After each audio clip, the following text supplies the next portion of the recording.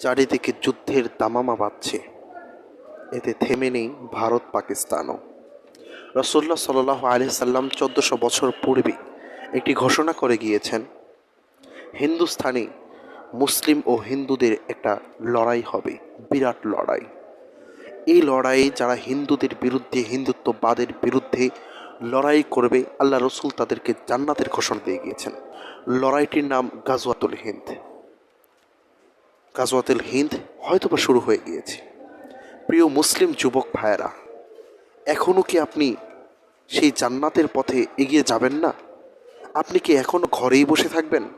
আপনার কি প্রস্তুতি নেওয়ার এখনও সময় হয় নাই? এখনও কি আপনি ঘুমিয়েই থাকবেন? জেগে উঠুন, ওই দরবারি আলেমদের বক্তব্য শুনে বসে থাকবেন না, সিন্নি খাওয়ার লোভে বসে থাকবেন না। আপনার এখন সুন্নত মিষ্টি খাওয়ার মধ্যে সীমাবদ্ধ নয়, বরঞ্চ আপনার সুন্নত এখন রসুলের সুন্নাহ, রসুলের আদর্শ। সুতার টুপি খুলে লোহার টুপি পরিধান করার সময়, এখন হাতে কলম রেখে অস্ত্র ধরার সময়, এখন জীবন বাজি রেখে কাফনের কাপড় পরিধান করে হিন্দুত্ববাদের বিরুদ্ধে লড়াই করবার সময়। জেগে উঠুন, গাজওয়াতুল হিন্দের প্রস্তুতি গ্রহণ করুন, ঝাঁপিয়ে পড়ুন হিন্দুত্ববাদ, উগ্রবাদের বিরুদ্ধে। সুম্মা ইনশাল্লাহ আবারও লড়াই হবে।